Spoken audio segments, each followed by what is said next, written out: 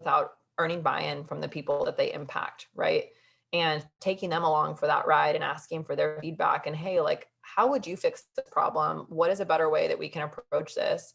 And tackling it as a group rather than just a standalone figure at the top of the chain. And then I think one of the things that I've seen a lot actually is expecting people on a team that you're either leading or, working alongside to learn things as quickly or in the same way that you do. Everybody learns differently, right? Like this is not brain surgery, but I think it takes a really strong leader to consider the lens through which someone else might be learning and the lens through which they might be struggling, and to meet them there and help teach from that consideration viewpoint versus their own. And then another one that comes to mind is not assuming positive intent. So I think one of the hard parts about being a leader is you have difficult conversations, right? And you have to sometimes give hard feedback and things that are not fun to deliver. And sometimes you'll hear through the grapevine about something someone on your team is doing that may seem wrong or bad or out of line. And as a leader, it can oftentimes be our response to say, whoa, like, I can't believe they would do that. I'm so mad. And to really build the situation into something in our mind bigger than maybe it even is in reality. So I always tell people as a leader, like, assume that their intentions were positive first, and then ask the questions to figure out the root of what happened. And that will set you up in a much better place to have a difficult conversation than if you don't.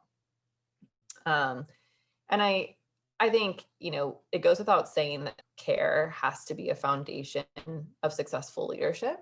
That's something we talk a lot about at Gallo. Like, how do you show care overtly for the people that you are leading? How do you ask questions? How do you invest in them as individuals and show empathy for, the challenges that they face or the problems they're tackling? And not all leaders are comfortable showing care in an overt way. So I think it's something where I challenge people to really think about what that's going to look like for them as a leader. How do you encourage your people? How do you show that they're invested? How do you show that you're invested in them in each interaction you have with them?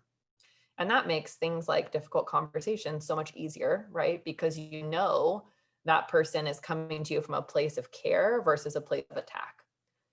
And then I think last but not least, this one's kind of tactical, but in every job where you're in a leadership type position, there's different layers of a hierarchy, right? And I think it's easy as you take on more and more responsibility as a leader to get bogged down by the work and responsibility that you have, and to forget to get in the trenches with your people and experience work through their lens, and remind yourself of, you might be feeling so stressed and like you have more on your plate than you've ever had, but that's your perspective from all of the different roles of responsibility you had. For this person that's maybe in, that very entry level job, they have their own set of stresses and frustrations that for them feel every bit as valid and real as yours.